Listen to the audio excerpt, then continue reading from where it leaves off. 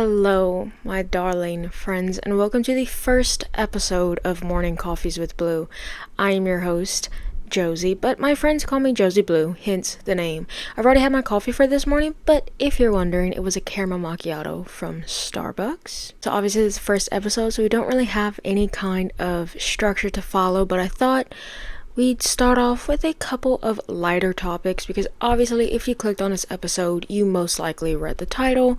So let's start off with a couple of things about what are my favorites right now. The song of the week is Romanticize This by James Marriott. I've had it on repeat. I know every single word and I am fighting the urge to learn it on the guitar. My product of the week is Fairlife protein shakes, specifically the chocolate ones. I just ordered a new one, like a new case to refill my fridge with it. I think my content creator of the week is somebody that I've probably been subscribed to for a very, very long time. Not even sure how long, but multiple years. Will Tennyson, he's Canadian. I'm like 98% sure, but I just like rediscovered him and I've been binge watching all of his videos and they're just so funny. He's so funny and it's just giving me the motivation to go to the gym, which I need. So let's get into what this week's episode is actually about.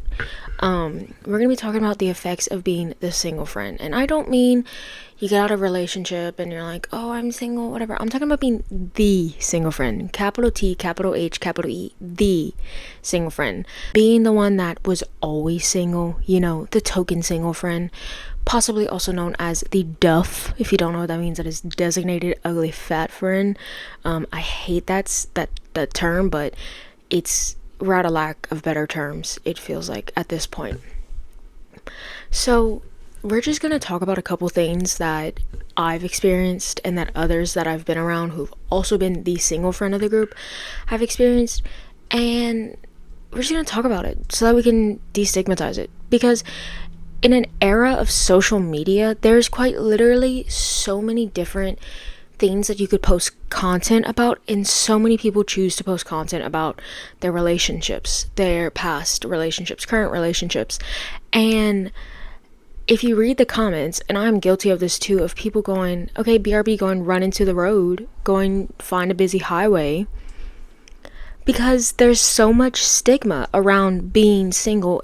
There's all these things telling us to have fun while we're young and to live it up and da-da-da-da-da. But then we're also bombarded with questions from our elders and our peers about, well, when are you going to get a boyfriend? When are you going to get a girlfriend? When are you going to go on a date? Stuff like that. So we're just going to talk about it and hopefully try to destigmatize it, because it's really something that shouldn't have any negative stigma around it. So first things first, we're going to talk about how it feels to be someone's maybe, they're possibly, even they're definitely, but never the one who is chosen. And just with that is watching all your friends have boyfriends. The worst thing, or to me what felt like the worst thing was going to like a pre-party for a school dance. It's like amplified there that you don't have a date, you don't have a boyfriend to go with you don't have a guy that you're talking to, like nothing.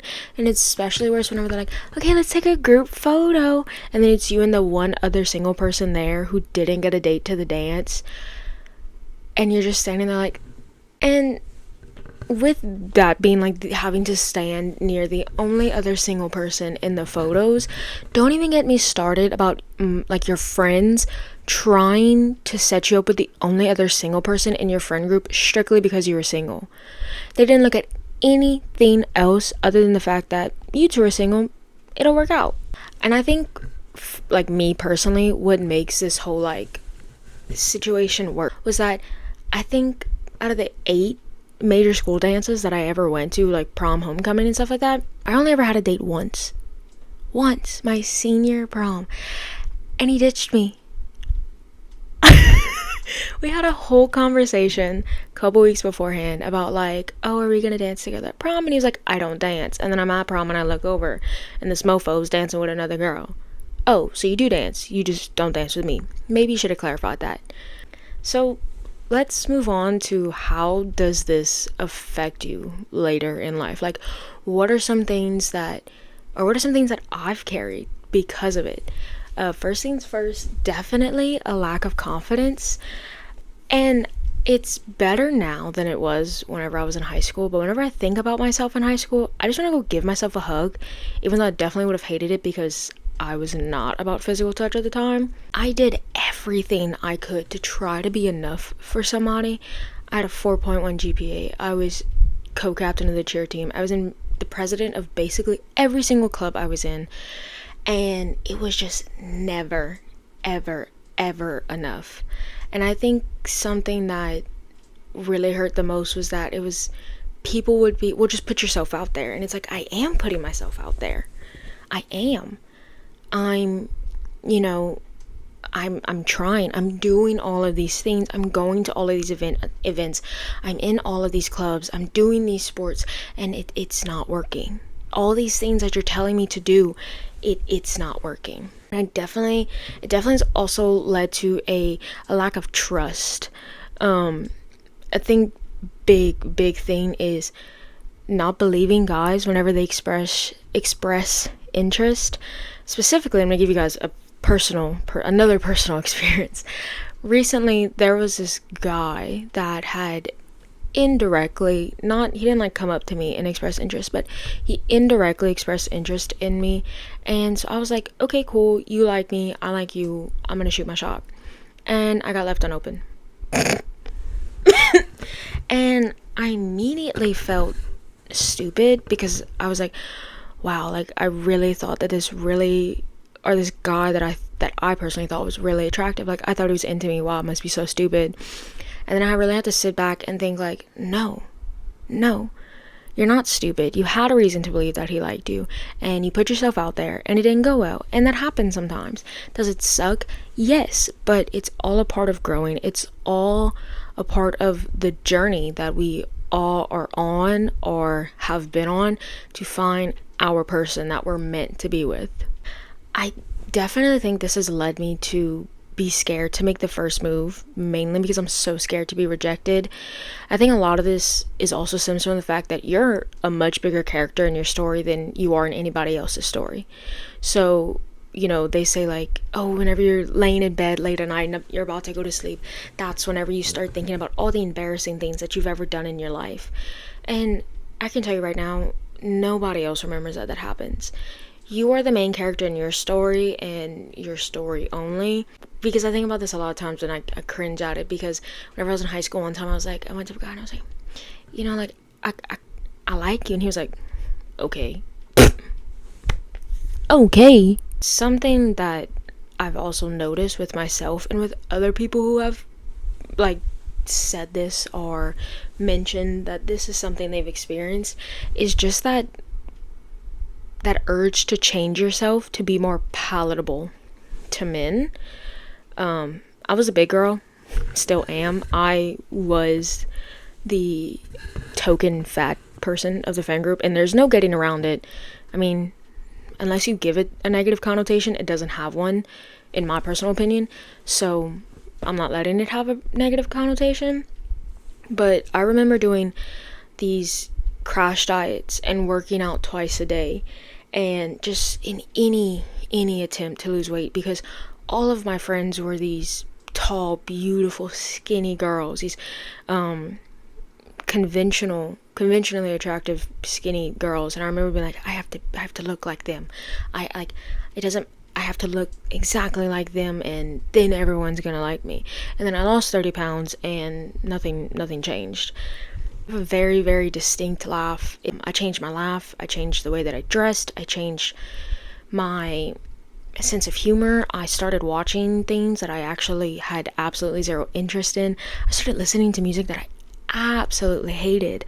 I live and die by Fleetwood Mac and all of these like 70s bands, and these hippie music, and but I was listening to rap and country music.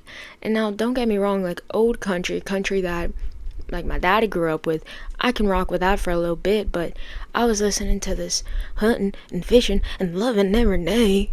Like, that's just, is that some people's taste? Yes, obviously. That's why that song was made. That's why that song, has streams and has downloads, but it wasn't me. But I grew up in the South, and I grew up in a very country hick town that, that's what everyone was into. So I forced myself to be into that, even though I wasn't having fun. But it's because I was striving so hard to change myself, to make myself palatable to these boys that I think back now, and I'm in college, I see boys that are more attractive, in my personal opinion, are more attractive than them. And I've met much nicer people than the ones I went to high school with. And it's nothing bad to the people that I went to high school with. It's just, we were stuck in an echo chamber. And this echo chamber of, you get in a relationship your freshman year and you kind of just stay in it. You kind of just stuck in it. And, it just, and that whole thing of like, you're in a relationship and there's a lot of people in my town who are high school sweethearts or college sweethearts, and it leads you to feeling shame for not being in a relationship. I at one point I was the only single friend in my friend group, and so my friends, they'd be talking about, oh, my boyfriend, like da da da da da, and it's like I'd feel left out because obviously I couldn't relate. And I felt like it showed because I'd just sit there and I'd be like, okay, haha, like, me too, lol, like, trying to make a joke about it, and it just never really worked. And I'm also the only single one in my immediate family. Both of my siblings are married, and so it feels even worse, even though they are significantly older than me, and it literally, like, everybody's journey is different, and everybody's path in life is completely different and is in no way identical to anybody else's. But it just kind of sucks, especially when it's constantly brought up and it's constantly talked about. And it's nothing bad to my siblings, it's mostly bad to the extended family members who don't have anything else to talk about. And now that we've gotten through the nitty-gritty of things that have followed me throughout my life because of being the only single friend, let's talk about some things that have been said to me because I'm the only single friend, or I'm been single for an extended period of time. And I do have a list, so I will be looking off for periods of time. This first one was actually not said to me. It was said to my best friend by somebody who was in her friend group because she's a different age than me. But they said, I can't wait for you to get a boyfriend so that you can come to things. So that they could invite her to things. Why?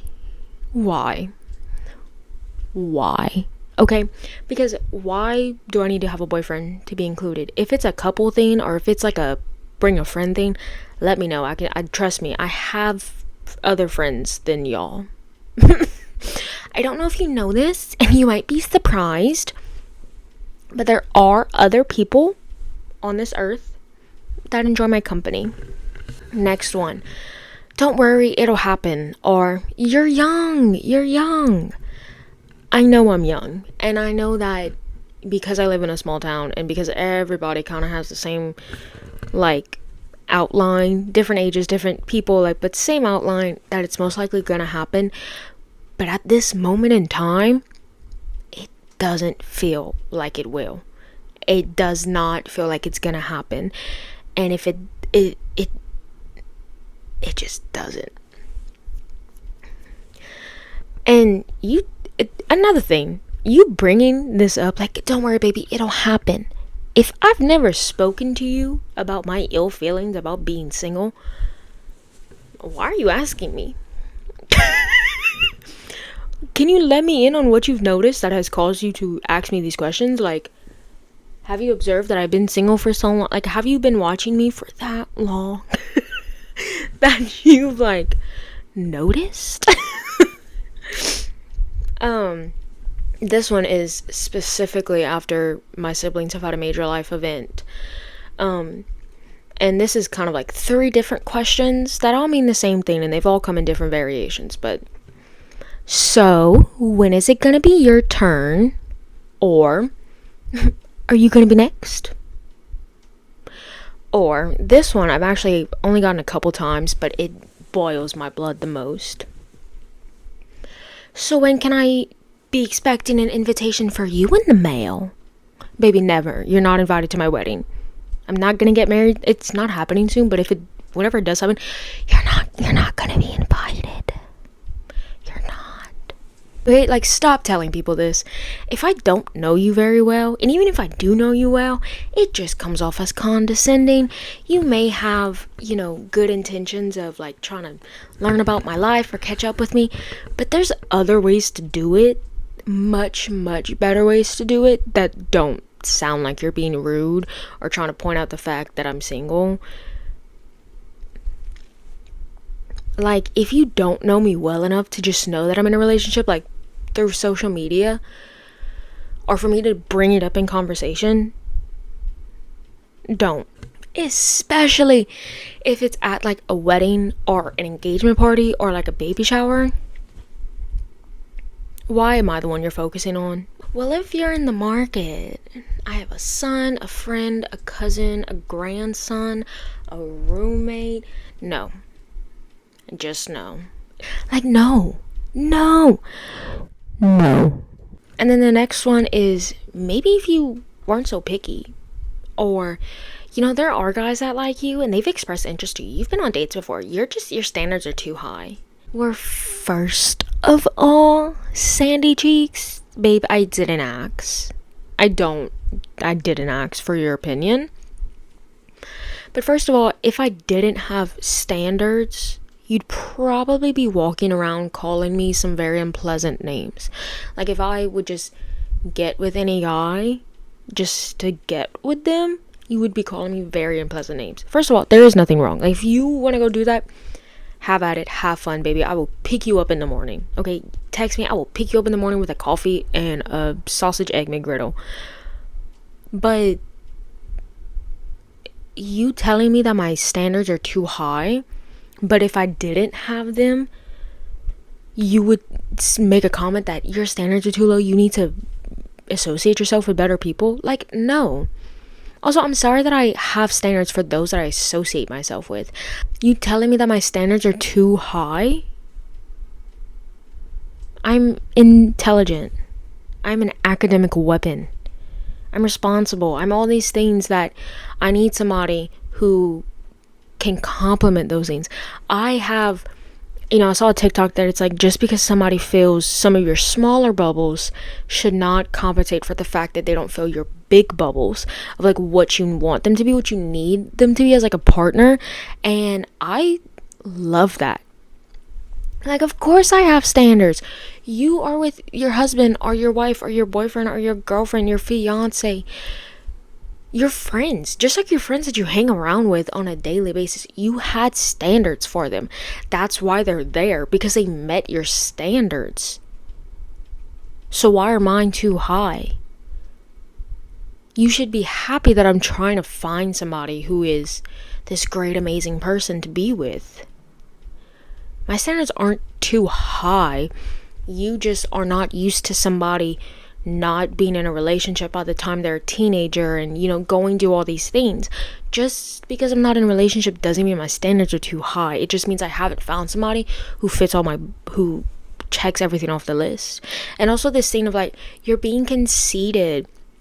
They're a good person. They're a nice guy. Oh, I'm so sorry. I didn't realize that being a good person, a decent human being, and following, or, like, doing the bare minimum of what is expected in our day-to-day lives and, like, in society. I'm so sorry. I didn't realize that immediately required me to be with them in a relationship. Oh, I'm sorry, sir. Let me just worship the ground in which you choose to walk upon, because you respected my boundaries.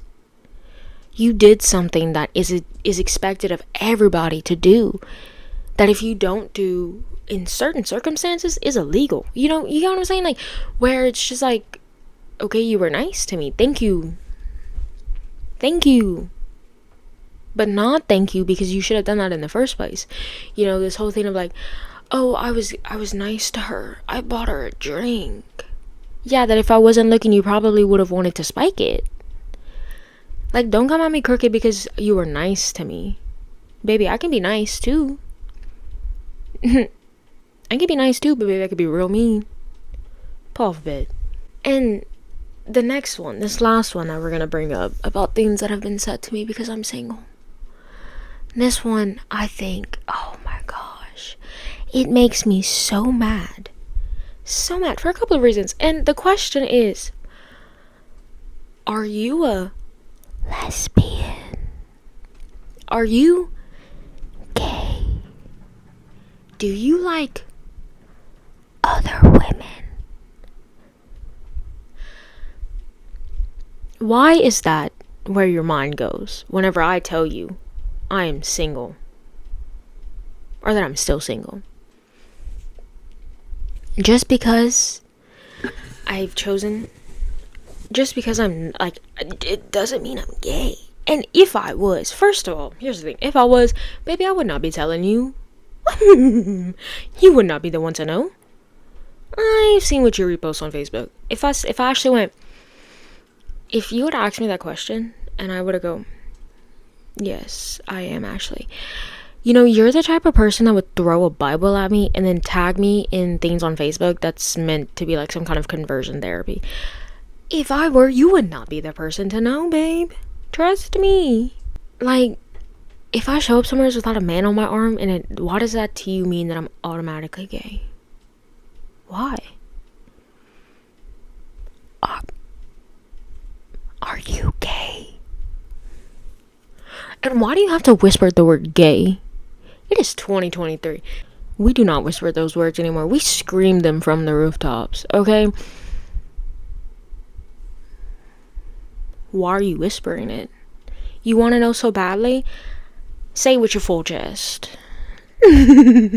But something else that I think is the effects of being a single friend is it almost feels like you always have to have like somebody you're talking to, because if you're not, you're just kind of like, so you're not talking to anyone, you're not dating anybody, like you're just not doing anything.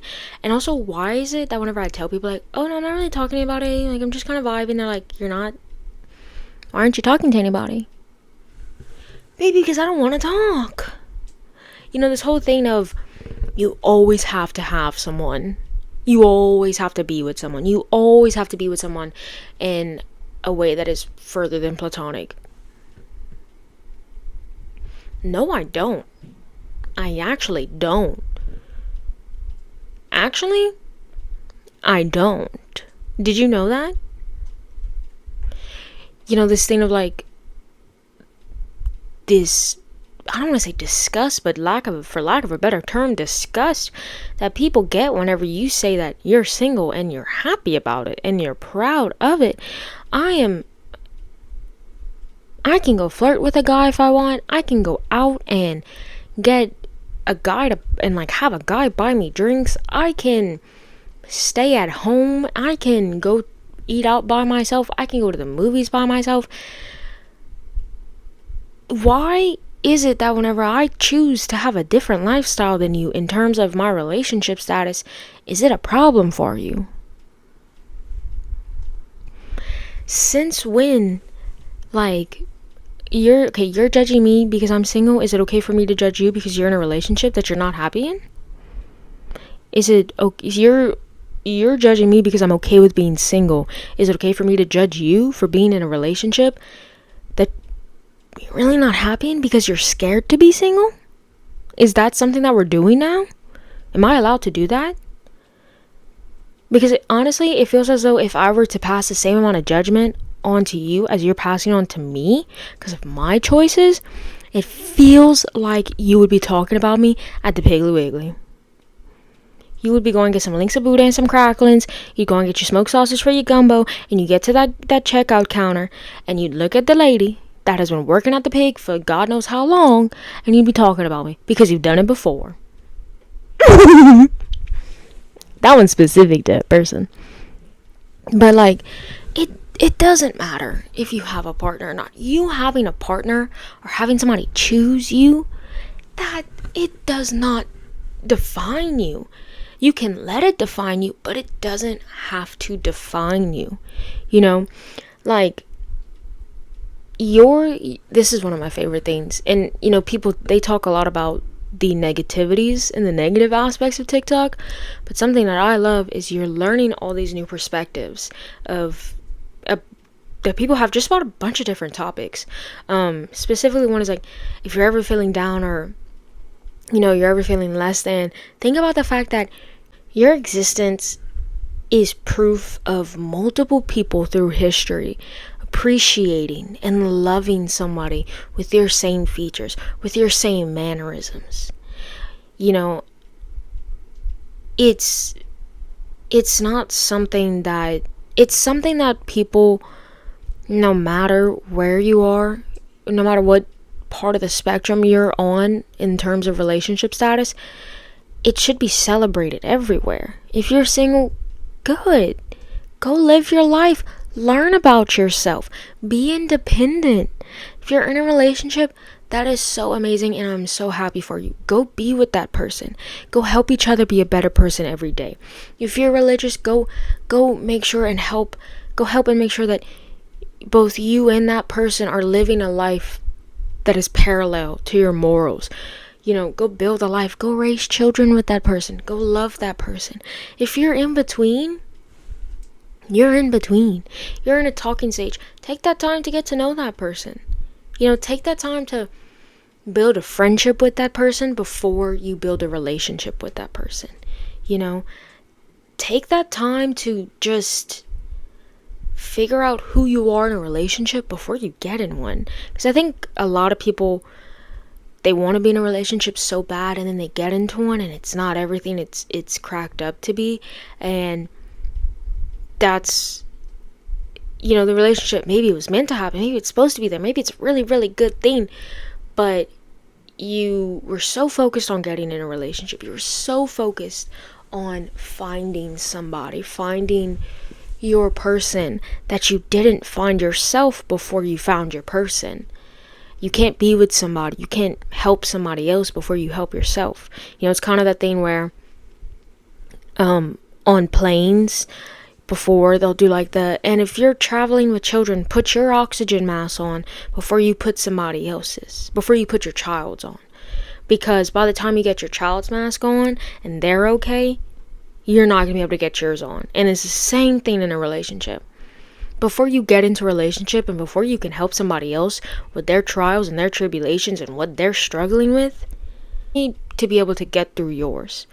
You need to be able to find coping skills for yours before you can help somebody find coping skills for theirs. Because if you don't, you're going to be stuck in an endless cycle that is not healthy for anybody. Nobody. And I think we just all need to remember, there's a reason for everything. There's a reason for everything. Everything that's supposed to happen is gonna happen. It may require you to put a little bit of effort in at some points, but if it's meant to happen, it's gonna happen. And you think about, I just went through a really, really nasty breakup. I don't want to do this anymore. I don't want to do this again. That breakup is one heartbreak less that you are gonna feel once you get to your person. Your person that you meet is going to make all of these heartbreaks and all of these bad days and days where you're feeling less than, and you're feeling alone and you just feel like there's no avenues for you to go down. They're going to make it feel like it was all worth it. They're going to make it feel like those days don't even matter. So that was surprisingly all that I have to say about this topic. If you have any things that you think I missed or any personal experiences, let me know in the comments. Put it in the comments, DM me, tag me in things, let me know. I'm deciding if I want to do, I think I'm going to do like a lighter topic, possibly a video, a podcast about men that I need biblically. That one will be fun. That one is going to be tea. It might also be hard to script out because there are some men. Well, there's one. He's one man that I need biblically that is like in my personal life. So I'm gonna have to like be very careful with how I speak about him. But like, if you really know me, you'd probably be able to tell who it is immediately. Yeah. So, thank you for listening to the first official episode of Morning Coffee with Blue. And I'm so happy that you decided to join me, and I hope that you will join me again. Have a good day.